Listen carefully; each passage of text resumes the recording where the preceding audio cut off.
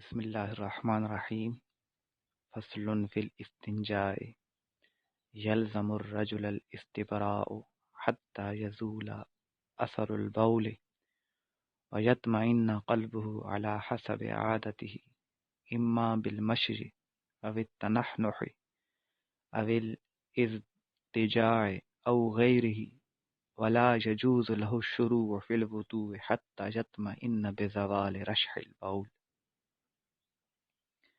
پہلے صاحب کتاب نے ان پانیوں کا بیان کیا تھا جن سے طہارت حاصل کی جا سکتی ہے یا نہیں کی جا سکتی۔ اب طہارت کو یعنی وضو اور غسل وغیرہ کو شروع کرنے سے پہلے چونکہ استنجا کیا جاتا ہے، تو اس لیے صاحب کتاب استنجا کے بیان میں شروع ہو رہے ہیں۔ فرمایا فصل فی الاستنجاء، استنجا کے بارے میں فصل۔ یہاں لفظی طور پر تھوڑی سمجھ پیدا کر لیں کہ استنجا لفظ استنجا ہے باب استفعال کے وزن پر۔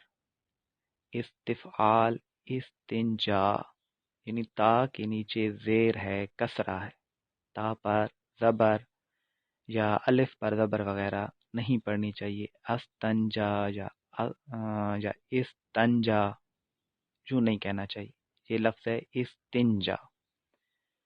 استنجا کا لغوی معنی ہوتا ہے نجاست کو ہٹانا، اور شرعی طور پر قبل یا دبر سے نجاست کو پانی یا مٹی وغیرہ سے زائل کرنا، یہ استنجا کہلاتا ہے۔ قبل یا دبر سے مراد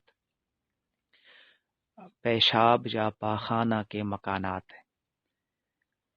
تو قبل یا دبر سے یعنی پیشاب یا پاخانہ یعنی چھوٹا پیشاب یا بڑا پیشاب، ان کی جگہ سے نجاست کو پانی یا مٹی کے ڈھیلوں یا پتھر وغیرہ سے زائل کرنا، ہٹا دینا، یہ استنجا کہلاتا ہے۔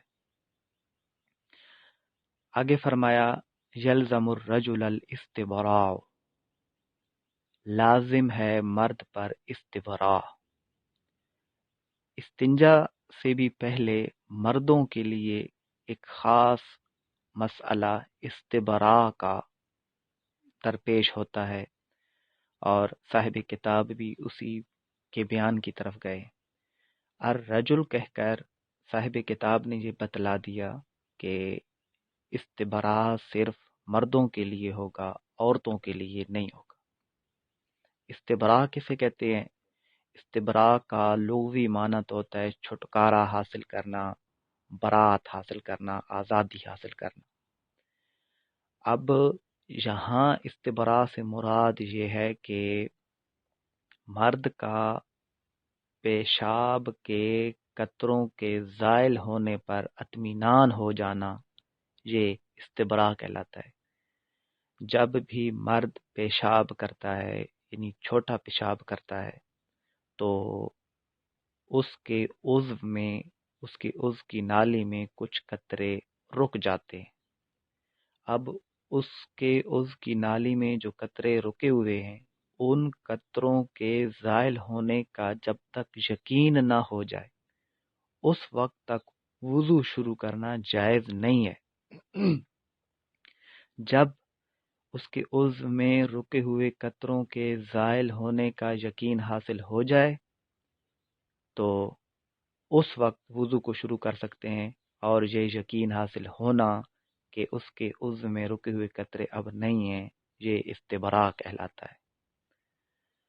تو صاحب کتاب فرما رہے ہیں یلزم الرجل الاستبراء، لازم ہے مرد پر استبراء، یعنی مرد پر استبراء لازم ہے۔ کہاں تک؟ حتی یزول اثر البول، یہاں تک کہ بول کا اثر زائل ہو جائے۔ بول کہتے ہیں چھوٹے پیشاب کو، یعنی پیشاب کا اثر زائل ہو جائے۔ وَيَطْمَئِنَّ قَلْبُهُ، اور اس کا دل مطمئن ہو جائے، یعنی اس بات پہ اس کا دل مطمئن ہو جائے کہ اب کسی قسم کا کوئی قطرہ اس کے عضو میں، اس کی عضو کی نالی میں رکا ہوا نہیں ہے۔ علی حسب عادتہ، اور یہ جو استبراء کرے گا، یہ استبراء اپنی عادت کے مطابق کرے گا۔ علی حسب عادتہ، وہ استبراء اپنی عادت کے مطابق کرے، یعنی مختلف آدمیوں کا مختلف طریقوں کے ساتھ استبراء ہو سکتا ہے۔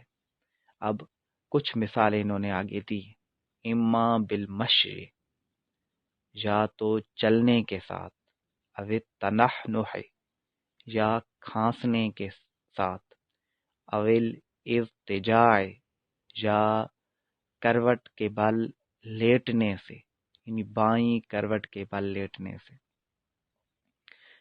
اب یہاں پر یہ او غیر ہی، یا اس کے علاوہ، یعنی یا اس کے علاوہ بھی جس کی جو عادت ہو تو اس کے ذریعے وہ اپنے دل کو مطمئن کر سکتا ہے۔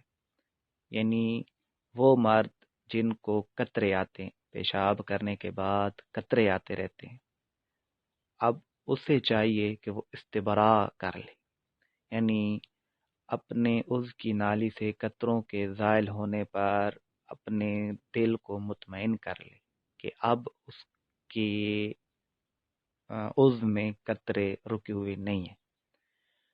یا تو یہ ان قطروں کے زوال کا اطمینان چلنے کے ساتھ ہوگا، یا پھر کھانسنے کے ساتھ ہوگا، یا پھر بائیں کروٹ کے بل لیٹنے سے ہوگا، یا پھر اسی طرح اپنے ایک پاؤں کو زمین پر تھوڑا زور سے مارنے کے ساتھ ہوگا۔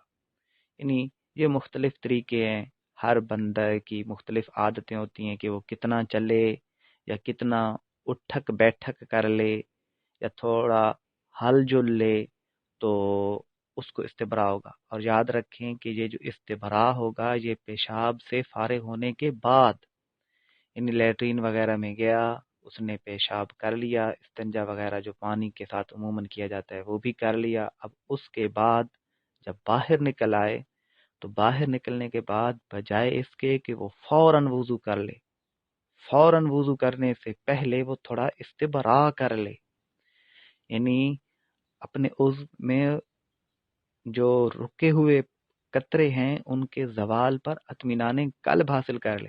اب یہ تھوڑا سا باہر چل لے یا تھوڑا اٹھک بیٹھک کر لے، یعنی کہیں پر بھی تھوڑا ایک یا دو مرتبہ بیٹھ جائے اور پھر کھڑا ہو جائے، یا تھوڑا کھانس لے یا تھوڑا چل پڑے، یا گھر آ کر یا کہیں گھر میں ہی ہے تو تھوڑا چارپائی وغیرہ پر بائیں کروٹ لیٹ جائے، تاکہ اس کے عضو میں جو رکے ہوئے قطرے ہیں ان کے زوال کا اسے یقین حاصل ہو جائے، اسے اطمینان حاصل ہو جائے۔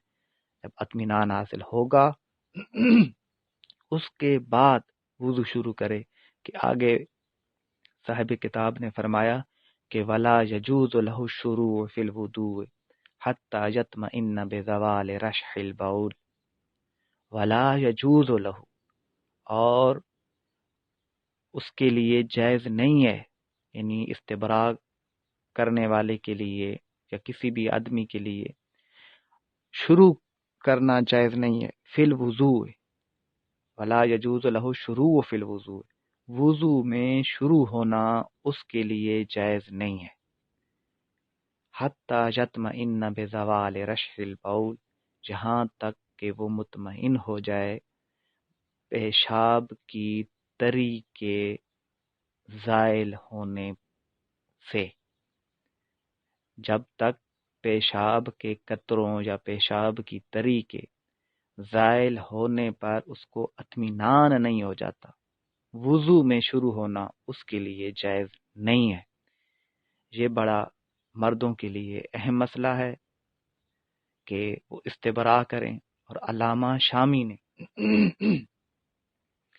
یہ اوپر جو ہم نے پڑھا تھا پہلا لفظ یلزم الرجل الاستبراء، یلزموں سے علامہ شامی نے یہ ثابت کیا ہے کہ یہ جو نور ایذا وغیرہ میں یلزموں کے لفظ ہیں، اس سے یہ بات ثابت ہوتی ہے کہ یہ فرض ہے، یعنی استبراء کرنا مرد کے لیے یہ فرض ہے کہ جب تک اس کو اطمینان نہ حاصل ہو جائے کہ اب اس کے قطرے نہیں آئیں گے، اس وقت تک وضو کو شروع کرنا اس کے لیے جائز نہیں ہے۔ اگر وضو کو شروع کرے گا اور وضو کرنے کے بعد اس کا وہ جو پیشاب کرنے کے بعد قطرے رکے ہوئے تھے، ایک یا دو قطرے آ گئے، تو پھر وضو دوبارہ اس کو کرنا ہوگا۔ اس طرف عوام کی بھی، خواص کی بھی توجہ دلانے کی ضرورت ہے کہ استبراء کہتے کسے ہیں اور استبراء کا حکم کیا ہے۔ استبراء مردوں کے لیے فرض ہے، اور جب تک استبراء نہ ہو جائے اس وقت تک وضو کو شروع کرنا جائز نہیں ہے۔ اور عورتوں کے لیے بہتر یہی ہے، ان کے لیے مسئلہ یہ ہے کہ وہ باول کرنے کے بعد چھوٹا پیشاب کرنے کے بعد تھوڑی دیر کے لیے رکیں وہیں پیشاب کی جگہ پر، اور پھر اس کے بعد استنجا کر لیں، یہ ان کے لیے درست ہو جائے گا۔ یہ جو استبراء کا مسئلہ ہے یہ صرف مردوں کے لیے ہے۔ واللہ اعلم بحقیقت الکلام۔